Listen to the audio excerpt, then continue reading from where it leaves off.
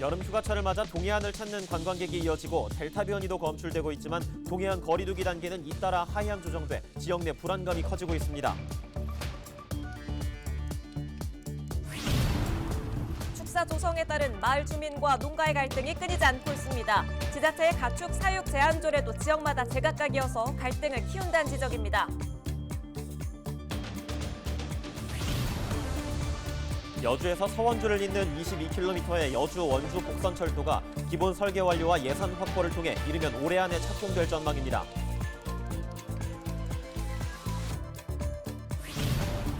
민주노총이 사회적 거리두기 방역 지침을 어기고 또다시 원주에서 집회를 강행했습니다. 강원경찰은 감염병 예방법 위반 등으로 처벌을 검토하고 있습니다.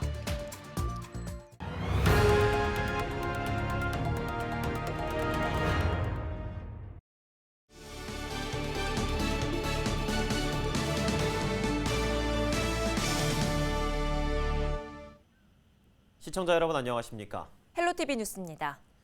첫 소식입니다. 해수욕장 개장과 여름 휴가철이 시작된 후 동해안 지역의 코로나19 상황이 심상치 않습니다. 전파력이 높은 델타 변이까지 나와 지역사회 불안감이 커지고 있는데요.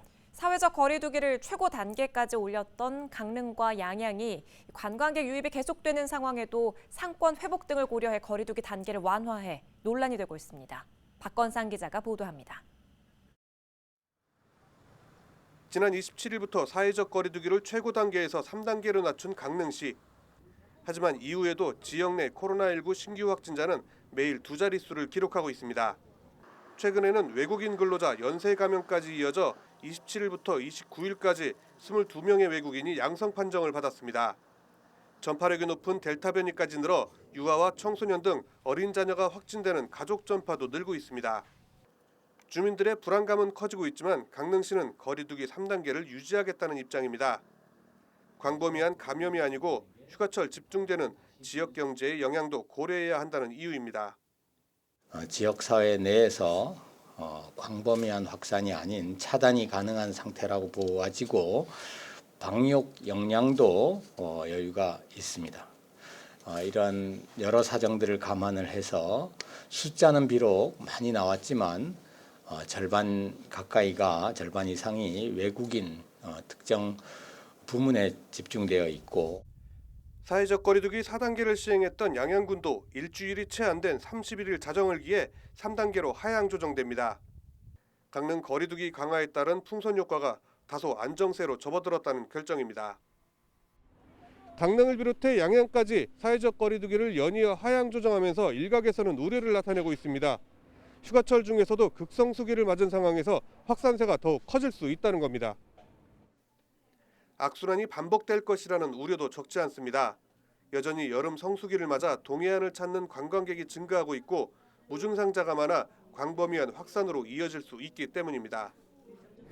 잘 아시다시피 이제 강릉 같은 경우는 워낙 유명한 관광지고 또 바닷가를 접하고 있고 이러다 보니까 자칫 잘못하면 이제 여기 강릉 자체의 환자 수도 늘어나고 또 거꾸로 이제 강릉에서 휴가를 즐긴 그 수도권 시민들이 다시 서울이나 경기도나 인천으로 돌아가서 또 다시 수도권에 코로나 환자를 다시 양산하게 하는 이렇게 뭐라 그럴까요? 이게 악순환 효과가 나타날 수 있는 부분인데 예측하거나 안심할 수 없는 코로나19 상황.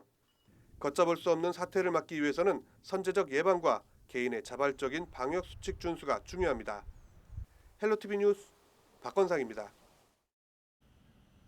최근 영월의 한 마을에서 축사 조성을 두고 논란이 있다는 소식 전해드렸었는데요.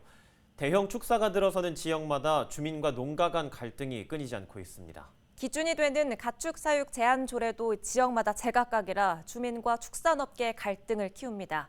김선화 기자가 취재했습니다.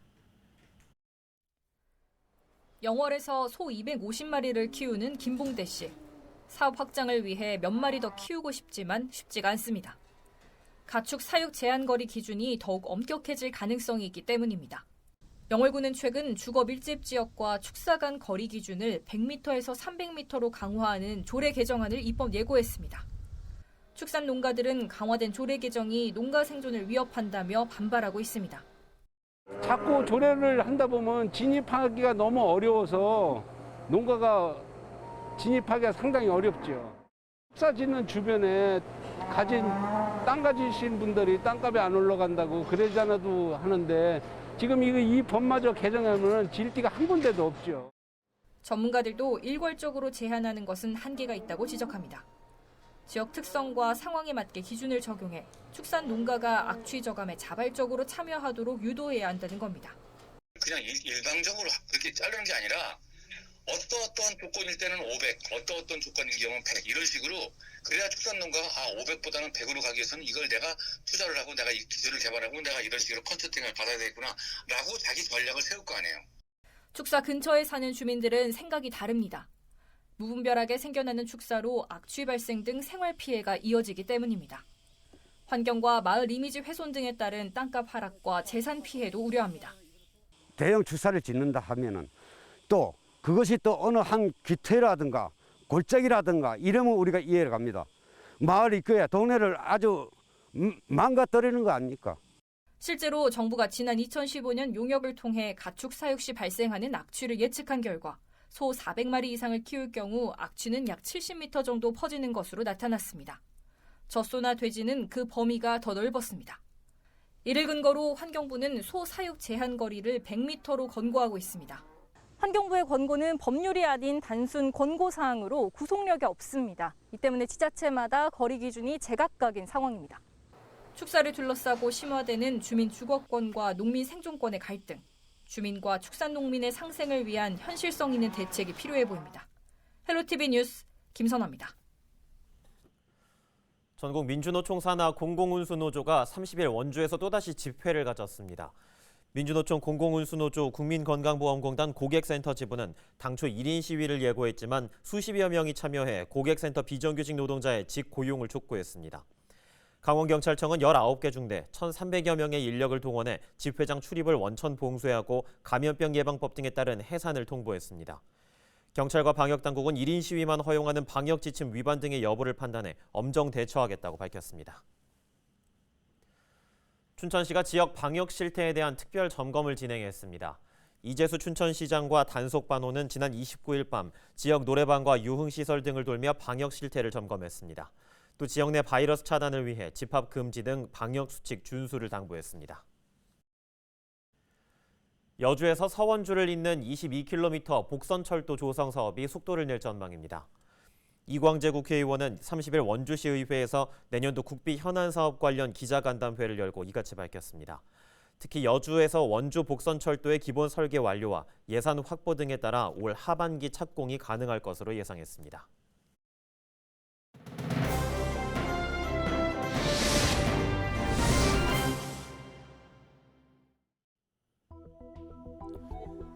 여러분은 누구와 함께 살고 계시나요?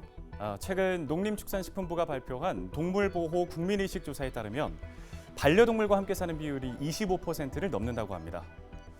5년 전에 비해서 40%가량 늘면서 지난해인 2020년에는 반려동물 가구가 638만 가구로 증가했습니다. 호칭도 바뀌었습니다. 11년 전에는 좋아하며 가까이 두고 기르는 동물, 즉 애완동물로 불렸었는데요. 지금은 정서적으로 의지하고 더불어 산다는 의미를 담은 반려동물로 불립니다. 또 다른 가족으로 자리를 잡는 모양새인데요. 어두운 이면도 존재합니다. 매년 증가하는 반려동물만큼 버려지는 동물의 숫자도 증가한다는 사실입니다.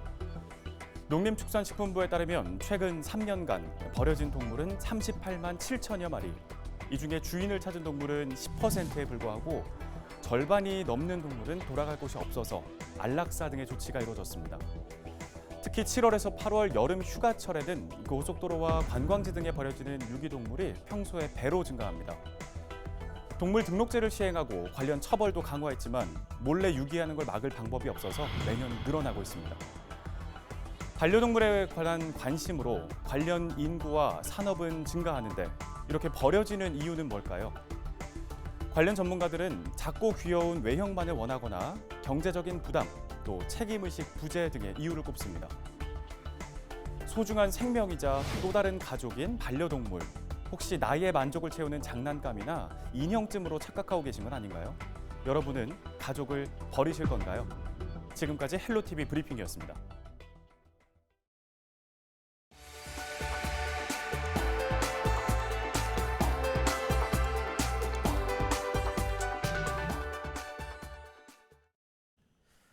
초등학생들의 침착한 대응이 주택 화재로 인한 대형 피해를 막았습니다.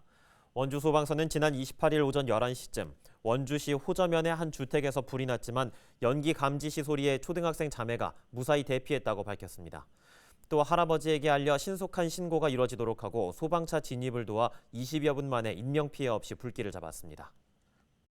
방에서 공부를 하다가 화재 경보기 소리 저는 사람 말소리가 들려서 먼저 밖으로 나왔어요. 일단 먼저 동생을 대피시키고 다시 핸드폰을 들고 나와서 먼저 일단 할아버지한테 먼저 전화를 드렸어요.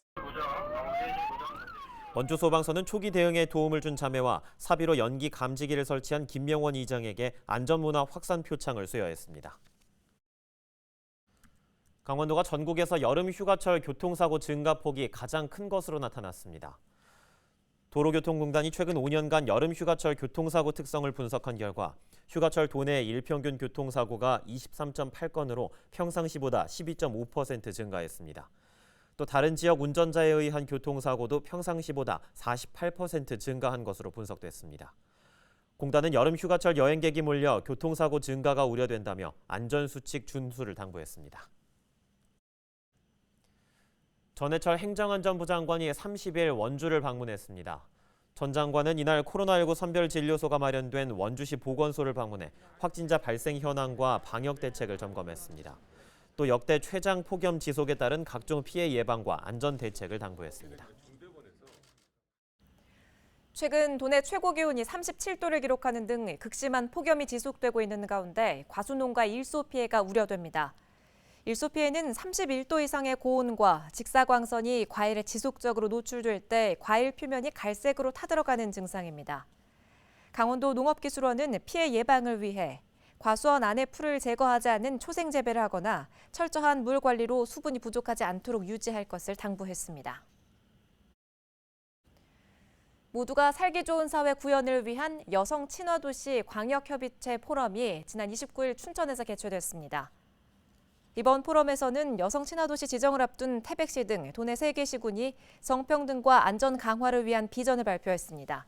또 우수 사례 발표 등을 통해 여성 친화도시의 의미와 필요성을 인식하고 새로운 실행 방안을 논의했습니다.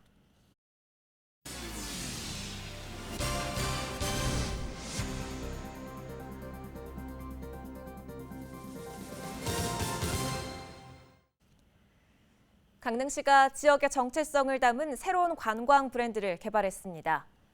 새로 개발된 관광 브랜드는 자연의 축복으로 강릉의 흥이 만들어지다를 주제로 하고 있습니다. 원주시는 응용형 심벌 마크와 캐릭터 등도 개발해 기념품 제작 등 관광 마케팅에 활용할 방침입니다. 건물이 노후화돼 안전성 문제가 제기됐던 정선군 사북 어린이집이 새로 지어집니다. 정선군은 최근 하나금융그룹이 추진한 국공립 어린이집 지원 공모사업에 선정돼 전체 예산 59억 원 중 24억 원을 지원받게 됐습니다. 2023년 개원을 목표로 신축되는 어린이집은 실내 놀이터와 보육실 등을 갖춘 지상 2층 규모로 조성됩니다. 양구군이 국토 정중앙면에 약 768제곱미터 규모의 조사료 유통센터를 조성했다고 밝혔습니다. 유통센터는 사료 보관 창고와 관리실 등으로 구성되며 지게차 등 관련 장비 4종을 갖췄습니다. 양구군은 2025년까지 조사료 유통 비용을 1kg당 63원가량 절감할 수 있을 것으로 예상했습니다. 횡성군이 투명 페트병 분리 배출 활성화와 폐플라스틱 재활용을 위해 지역 업체들과 협력합니다. 횡성군과 주식회사 큐네스 글로벌, 하이브로우 컴퍼니 주식회사 등은 지난 29일 협약을 맺고 수거된 페트병을 파쇄해 재생섬유 원료 제작에 활용하기로 했습니다. 또 지속가능한 자원순환도시 조성을 위해 앞으로도 지역 업체, 주민 간 협력을 확대해 나갈 방침입니다. 저희 헬로티비 뉴스가 준비한 소식은 여기까지입니다. 저희는 언제나 지역민 여러분과 함께하겠습니다. 지금까지 시청해주신 여러분 고맙습니다.